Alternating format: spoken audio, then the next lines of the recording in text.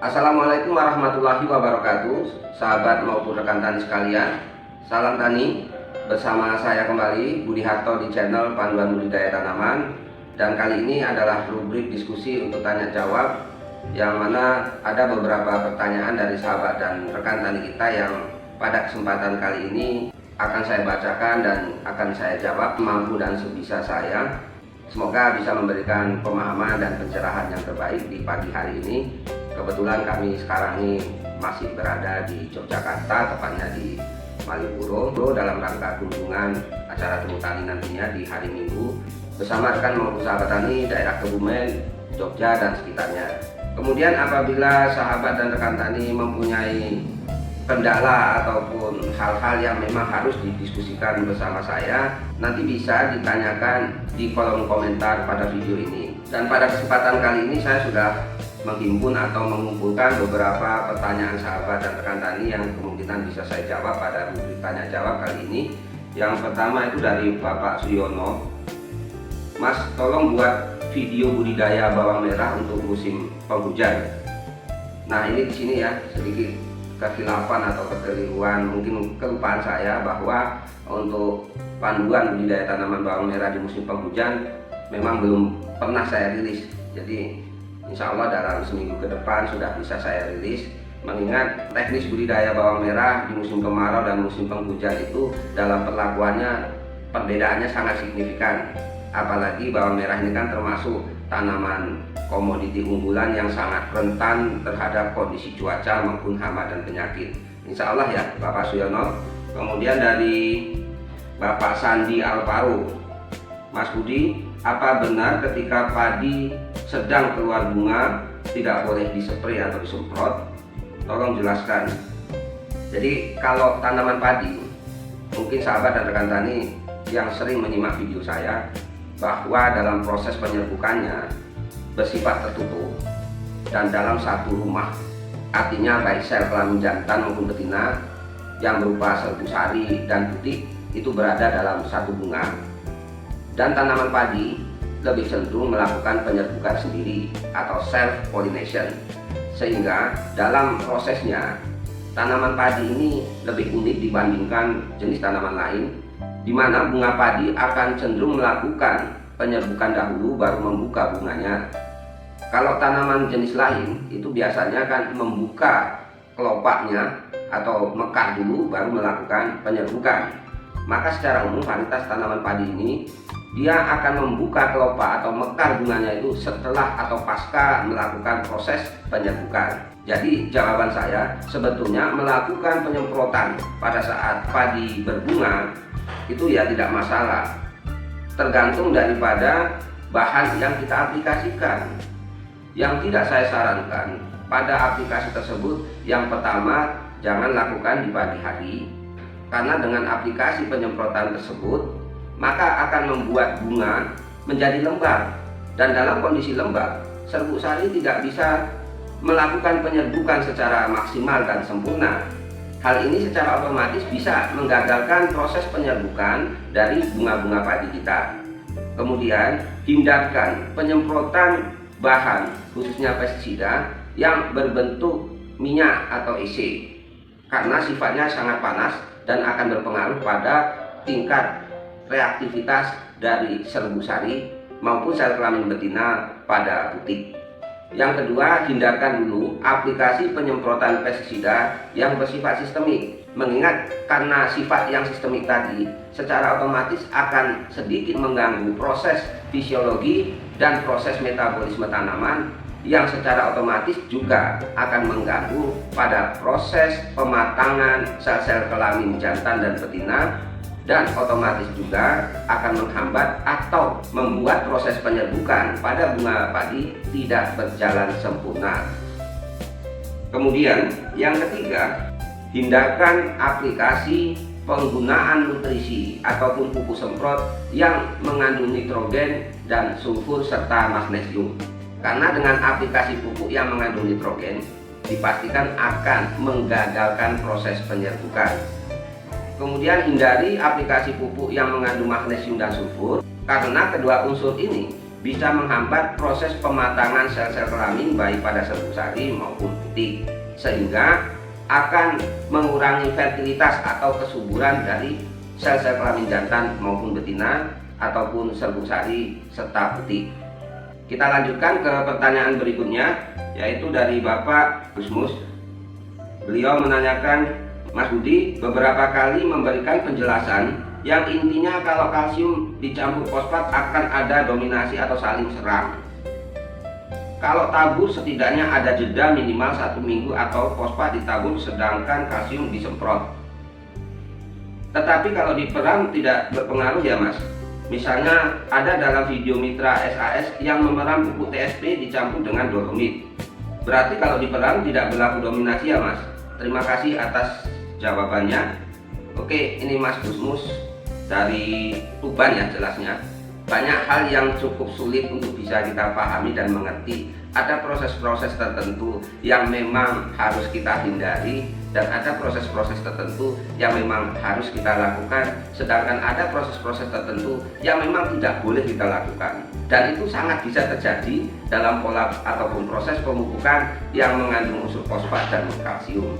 Namun dengan kondisi tersebut bukan berarti tidak boleh sama sekali apabila kita mengetahui dan memahami bagaimana untuk bisa menghindari hal-hal yang menurut kita akan merugikan baik secara teknis budidaya maupun pada tanaman itu sendiri dengan cara-cara yang khusus.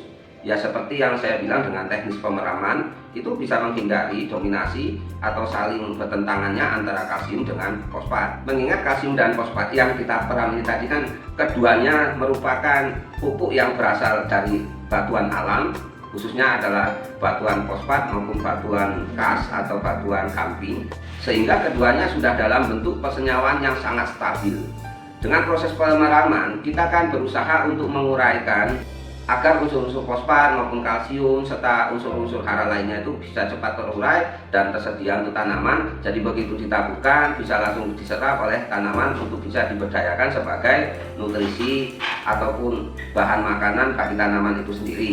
Dan dalam hal pemeraman, andai pun akan terjadi saling reduksi antara kalsium dan fosfat dari dolomit serta pupuk TSP atau SP yang sudah mulai terurai dengan proses pemeraman tadi, sehingga dikhawatirkan akan saling mengikat atau mereduksi satu sama lain, insya Allah hal itu tidak akan terjadi. Mengingat pada pupuk peram yang sudah saya tutorialkan atau saya saran dan pandukan, istilah sederhananya sudah ada wasit atau penengahnya.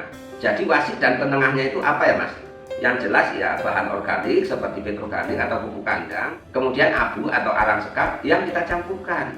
Nah, dengan menggunakan deterjen serbuk, kita harapkan proses penguraian yang berhubungan dengan oksigen atau oksidasi reduksi bisa berjalan lebih cepat, sehingga pupuk-pupuk yang berasal dari alam seperti pupuk TSP, SP, Vertifos maupun dolomit dan kalsit ini bisa lebih cepat untuk terurai, sehingga ketersediaan untuk tanamannya juga akan berlangsung lebih cepat. Dan dalam proses penguraian tadi, nanti baik kalsium dan fosfat itu akan lebih cenderung terikat atau terserap oleh bahan organik maupun abu sekam tadi, sehingga posisi keduanya saling terpisah, tidak saling mendahului atau tidak saling mendominasi, serta tidak saling mereduksi satu sama lain. Jadi demikian ya Gusmus yang ada di Tuban. Terima kasih atas pertanyaannya. Berikutnya yang akan saya jawab adalah pertanyaan dari Mas Atar Gaming. Pak Budi mau tanya, jika kita pakai pupuk peram, seumpama kita tabur hari ini dan besok kita tanam jagung, bisa apa tidak ya Mas? Saya jawab sangat bisa, karena dengan proses pemeraman, proses-proses kimiawi yang harusnya akan menghasilkan senyawa-senyawa atau gas-gas yang bersifat bisa menghambat tumbuh kembangnya tanaman, sudah kita curi starternya dari proses yang kita lakukan, yaitu proses pemeraman tadi, yang mana akan mengurangi resiko-resiko terburuk dari aplikasi pemupukan dengan interval waktu yang pendek antara aplikasi pemupukan dengan penanaman, baik dalam bentuk benih atau biji maupun bibit. Oke, kita lanjutkan lagi. Pertanyaan yang berikutnya dari Bapak Warung Cendana. Mas Budi, semayan padi saya berumur 7 hari lalu ada beberapa batang padi yang berwarna putih dari batang sampai daun, artinya menyeluruh. Jadi ini kalau terjadi beberapa batang tidak masalah, yang biasanya dipengaruhi oleh faktor penyimpangan genetis. Ya sama dengan manusia atau orang yang bule itu kan akibat penyimpangan genetis yang membuat pigmen warna kulitnya menjadi hilang. Jadi kalau menurut pandangan saya itu tidak masalah ya Mas Warung Cendana. Kemudian yang terakhir pertanyaan dari Mas Imam Syafi'i yang di Tuban, yang kemarin panen bawang merah, namun kenapa kok warnanya tidak merah merona gitu. Jadi kalau kemarin saya diskusi sama beliaunya bagaimana teknis perlakuan mulai dari tanam hingga panen, saya menyimpulkan bahwa tanaman bawang merahnya Mas Imam Syafi'i yang dari Tuban itu menurut saya itu over N, kemudian ada tambahan over sulfur dan magnesium, sehingga kondisi tersebut akan sedikit memperlambat proses penuaan dan menghambat kerja hormon etilen yang mana akan berpengaruh pada kualitas dari umbi bawang merahnya, baik secara warna maupun aroma dan rasa. Meskipun secara kualitas baik ukuran serta bobotnya itu luar biasa bagus, mengingat kalau dari kronologis teknis pemupukannya, Mas Imam Syafi'i banyak menggunakan pupuk-pupuk yang mengandung nitrogen tinggi dan cepat tersedia seperti pupuk SS atau amopos, kemudian pupuk grower. Apalagi itu dilakukan pada saat kondisi musimnya itu pas banyak hujan dengan intensitas matahari yang kurang banyak, sehingga dalam hal peningkatan kualitas dari BN-nya menjadi merosot ataupun menurun. Kemudian yang perlu saya tambahkan bahwa dalam kondisi-kondisi 2 minggu menjelang panen, kita aplikasikan Salmat dan Saka dosis tinggi 2 kali aplikasi saja untuk penutup guna memperbaiki kualitas daripada bawang merah yang akan kita panen. Dilanjutkan dengan pengkocoran pupuk KCL yang kita rendam dengan larutan FNS 10-7 hari menjelang panen. Dan dengan kedua aplikasi tersebut, baik melalui kocoran maupun penyemprotan, diharapkan nanti akan meningkatkan kualitas bawang merah kita baik secara warna, aroma, dan rasanya. Aplikasi Salman kita lakukan dengan dosis di atas 30 cc, ditambahkan dengan Saka dengan dosis 50 cc per tangki 16 liter kita semprotkan, kemudian kita ulang interval 4 hari. Selanjutnya untuk perlakuan kocor KCL kita campurkan dengan FNS, di mana dosis KCL-nya itu adalah 4 sendok makan per tangki 16 liter ditambahkan dengan 20-30 cc FNS. Atau bisa juga kita melakukan metode pelarutan yang lebih mudah terhadap pupuk kocoran tadi, di mana KCL dengan dosis 5-7 gram per liter kita tambahkan dengan FNS dosis 1-2 mili per liter, lalu kita campur dan kita aduk, kemudian kita peram atau kita diamkan selama 1 malam sebelum kita kocorkan ke tanaman bawang merah kita.